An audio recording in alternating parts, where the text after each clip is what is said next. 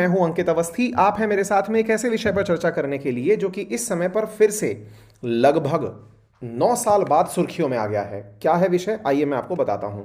साथियों, हाल ही में एक न्यूज़ की द्वारा यह जानकारी बाहर आई कि पुतिन ने मलेशिया के प्लेन को 2014 में मार गिराने की इजाज़त दी थी, और उस पुतिन जिस फ्लाइट को गिराने की इजाज़त दी थी उसका नाम MH17 था। तो आइए आज के सेशन में हम जानते हैं कि वो क्या मामला था जिसके तहत ये कहा गया कि पुतिन ने मलेशिया के प्लेन को मारने की इजाज़त दी थी। देखिए साथियों, न्यूज़ की कटिंग मैं पहले आपको दिखा देता हूं ताकि आप इस विषय को समझने में थोड़ी सी तत्परता दिखाएं। यहां लिखा हुआ है कि Putin probably supplied missile that downed plane investigators. Investigators का मतलब कहीं कोई जांच चल रही थी जिसके अंदर ये निकल के आया कि पुतिन ने सप्लाई किया था मिसाइल, किसको मारने के लिए? MH17। MH17 क्या था? ये वाला फ्लाइट था, ये वाला प्लेन था। कौन से देश का प्लेन था? तो आंसर है मलेशिया का प्लेन था। नाम क्या था इस प्लेन का? तो नाम इसका MH17 था। इसमें लगभग 295 लोग थे जो सवार थे और वो मारे गए थे। सवाल बनता है कि इंटरनेशनल इन्वेस्टिगेशन टीम ने यह पाया है पुतिन ने इसको मारने का आदेश दिया था। सवाल बहुत बड़ा है, क्यों दिया था? लेकिन इस विषय में अभी तक किसी को कोई क्लैरिटी नहीं है। सब लोग अपने अपने लेवल पर कयास लगा रहे हैं। फिलहाल ये बात भी बहुत बड़ी है कि क्यों इन्होंने फ्लाइट मारी थी, क्योंकि भाई फ्लाइट मारने का पीछे कारण क्या है ये तो स्पष्ट नहीं है, लेकिन पुतिन ने ही इसका आदेश दिया था, ये कैसे पता चला? यानी आज तक की जो तहकीकात है वो इस बात पर है कि पुतिन ने ही इसको गिराने का आदेश दिया था। चलिए फिलहाल तो हम इस इन्वेस्टिगेशन पर आगे बढ़ते हैं कि क्या कहानी थी। देखिए साथियों, एक फ्लाइट है जिसके बारे में जिक्र हो रहा है, जिसके गिरने पर Australia, Belgium, Canada, Germany, Indonesia, Malaysia, Netherland, Philippines, New Zealand, Philippines और यूनाइटेड किंगडम के कुल 298 नागरिक मारे गए थे। आप लोग एक चीज़ को यहाँ पर नोटिस करें, ये फ्लाइट थी मलेशिया की, नाम था इसका MH17। गिरने के बाद मारे हुए लोगों में संख्या मलेशिया के लोगों की मात्र 43 थी। इसका मतलब इन 43 के अलावा जो लोग मरे, यानी कि अराउंड 250 के आसपास जो लोग मरे, भाई साहब सवाल ये है कि वो सारे वेस्टर्न वर्ल्ड से थे। अगर आप नोटिस करें तो ये सारे या तो यूरोपियन थे, या फिर नाटो के सदस्य थे, या फिर ये EU मेंबर थे। ठीक है, अगर आप इन फिगर को बहुत अच्छे से देखेंगे तो आप ये पाएंगे कि ये अधिकांश नाटो समर्थक, यूरोपियन यूनियन के सदस्य, अमेरिका समर्थक लोग थे। जैसे 27 सदस्य ऑस्ट्रेलिया, नीदरलैंड, बड़ा फिगर है ये, यूनाइटेड किंगडम, कनाडा, बेल्जियम, यानी कि इतने सारे देशों के नागरिक एक फ्लाइट के कारण मारे गए। चलिए आगे बढ़ते हैं। ये है वो फ्लाइट और ये हैं अपने पुतिन जी। क्या कारण था जरूर बताएंगे, सुनते चलिए। फिलहाल के लिए जांच अंतर्राष्ट्रीय निकल करके ये आती है कि साहब पुतिन ने ही षड्यंत्रकर्ताओं से कहा था कि मार दो। मारने के लिए जो हथियार की आवश्यकता थी वो पुतिन ने उपलब्ध कराए थे। कहाँ मारी गई थी ये फ्लाइट, कहाँ से उड़ी थी, क्या था? आइए थोड़ा सा जानते हैं। देखिए साथियों, एम्स्टर्डम जो कि नीदरलैंड की राजधानी है, यहाँ से मलेशिया कुआलालंपुर के लिए एक फ़्लाइट उड़ती है। ये जब फ्लाइट उड़ती है तो ये फ्लाइट आते आते जब यूक्रेन पर से क्रॉस होती है, आहा ये तो यूक्रेन आज वाला यूक्रेन है, हाँ, जिसे आप लोगों ने साल भर पहले ही मैप पर जानना शुरू किया है। इससे पहले पूछा जाता तो शायद हम लोग ना जानते, अब तो सब दर्रा दर्रा पहचानते हैं आप। यहाँ पर देखिए ये वाला जो हिस्सा है ना, ये छोटा सा जो दिख रहा है, ये क्रीमिया वाला हिस्सा है। अब अगर आप कुछ चीज़ रिलेट कर पाएँ तो आप अच्छे से कर पाएंगे। ये वही क्रीमिया वाला हिस्सा है जिस पर कि पुतिन के द्वारा 2014 में कब्जा किया गया था। आप पूछेंगे सर ये घटना कब की है फ्लाइट गिराने की? 2014 की ही घटना है। दैट मीन्स क्रीमिया पर जिस साल हमला हुआ था या फिर पुतिन ने कब्जा किया था सैन्य रूप से यूक्रेन के हिस्से पर, उसी साल यह फ्लाइट गिराई गई थी। यानी कि कहीं ना कहीं तार इस बात के जुड़ते हैं कि यहाँ पर कोई रूसी कनेक्शन था। ये 2014 के कनेक्शन की बात हो रही है। आज जाकर के ये क्लैरिटी आ रही है कि पुतिन ने ही आदेश दिए थे। आरोप पत्र बीच बीच में लगते रहे, सवाल फिर बड़ा बनता है, लेकिन सर ये गिरी कहाँ थी फ्लाइट? यूक्रेन क्रॉस कर रही थी तो यूक्रेन में ही गिरी। कहाँ पे गिरी? आज का जो आप डोनबास रीजन चर्चा करते हैं ना, जिसमें कि आज पूरी तरह से रशिया का कब्जा है, लोहांस्क, डोनास्क और डोनबास वाला क्षेत्र है, वहीं जाकर के ये फ्लाइट गिरी थी। तो इसका मतलब ये हुआ कि ये फ्लाइट को मारने का भी एरिया यही था। बिल्कुल बताएंगे, सारी चीज़ें दिखाएंगे। फिलहाल थोड़ा और आगे चलते हैं। लगभग 33,000 फीट की ऊंचाई पर, यानी कि एक आप इस तरह से सोच के देखिए, जो फ्लाइट का ऑब्वियस रेंज है उतनी ऊंचाई पर ये फ्लाइट उड़ रही है। और ऐसी स्थिति में जहां फ्लाइट निकल कर जा रही है वहां पर कॉकपिट के अंदर अचानक ये समाचार मिलता है कि भैया कांड हो गया है। जुलाई 17, 2014 की ये खबर है। 298 यात्री सवार हैं और ये यहाँ पर इनके अचानक गायब होने की सूचना मिलती है। मैप को अगर देखें तो आप यहाँ पर इसे गायब हुआ देखते हैं। अब मैं आपको थोड़ी सी जानकारी यहाँ देना चाहूँगा। ये यूक्रेन का वो वाला हिस्सा है जिस हिस्से पर असल में आज भी, मतलब जो हम कहते हैं ना रशिया का कब्जा है इस जगह, असल मायने में ये पहले से भी रशिया समर्थक लोगों का ही यहाँ कब्जा होता था।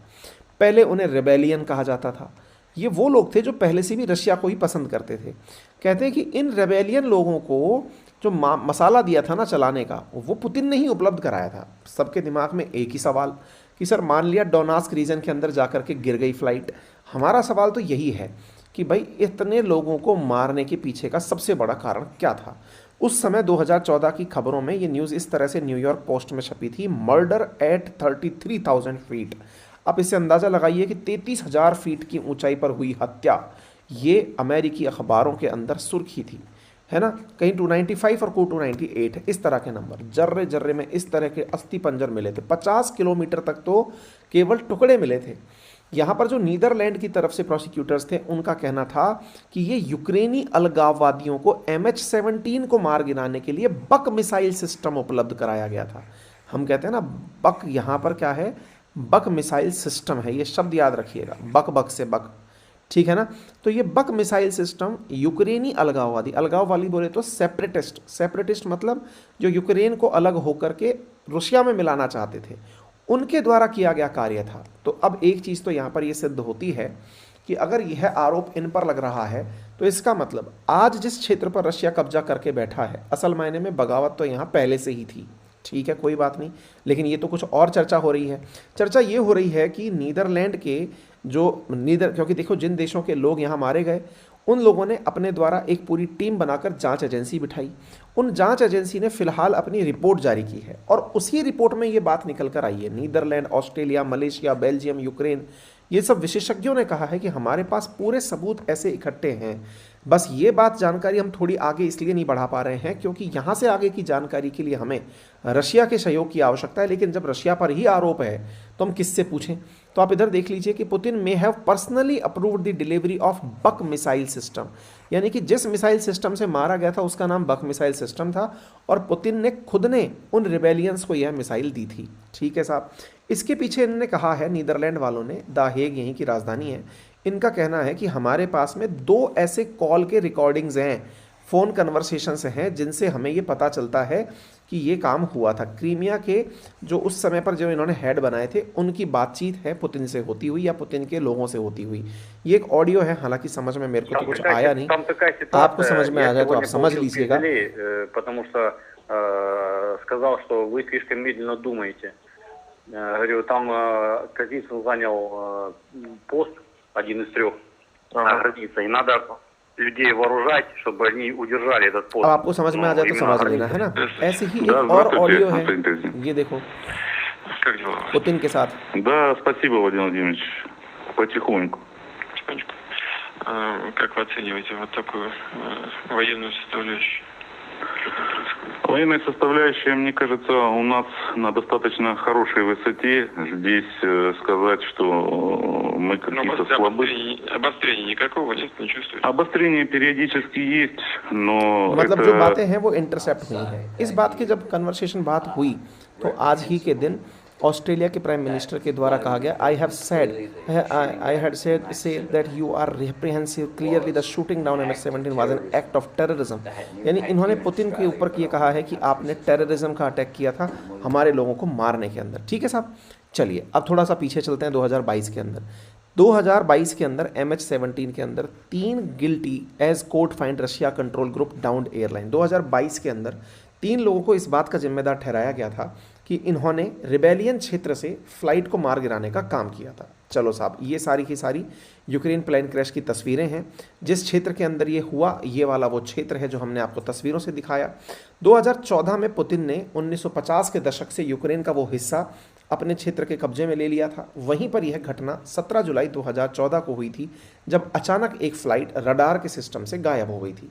ये तस्वीरें हैं, ये वीडियो है जिसे देख करके आप उस समय का हाल देख सकते हैं। अभी आज मेरा एक वीडियो जो है वो प्राइवेट हो गया, इसी प्रकार के वीडियो को शो करने के कारण उससे थोड़े से लोगों की मतलब वो क्या कहते हैं ना उसको, आत्मा थोड़ी सी दुखी हो जाती है, द्रवित हो जाती है। इस तरह की वीडियो नहीं दिखाएंगे आगे से हम, लेकिन आज मेरा एक वीडियो जो था मैंने उस पर किया था टर्की और पाकिस्तान पर, तो उसके ऊपर एज रेस्ट्रिक्शंस डाल दी है यूट्यूब ने, वो जल्दी ही मतलब पब्लिक हो जाएगा। खैर कोई नहीं, मतलब आप लोगों को दिखाने के लिए हम ये सब कर रहे होते हैं, लेकिन कुछ लोग मतलब कंप्लेंट कर देते हैं कि साहब हमारा तो दिल बैठ गया ऐसी चीज़ें देखकर ठीक है, तो इसलिए हम इसको बाईपास कर रहे हैं।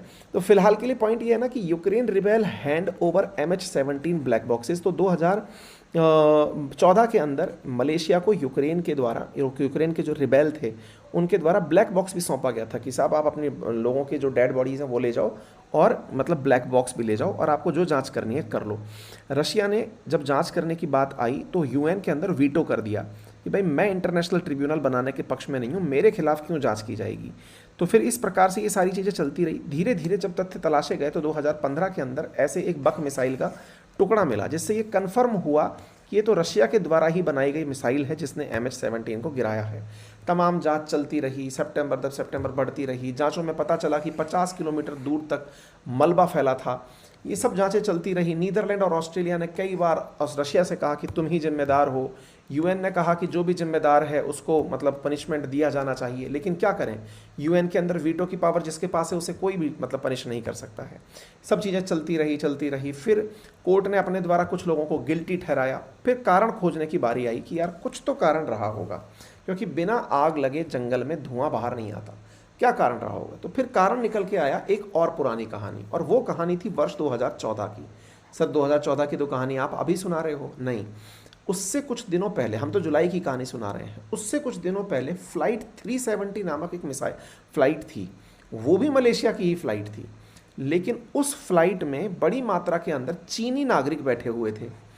उन चीनी नागरिकों को ले जा रही फ्लाइट को, जिसमें 277 पैसेंजर थे, वो अचानक गायब हो जाती है। गायब होने के पीछे कारण खोजा गया कि भाई गायब कैसे होगी, कहाँ गई।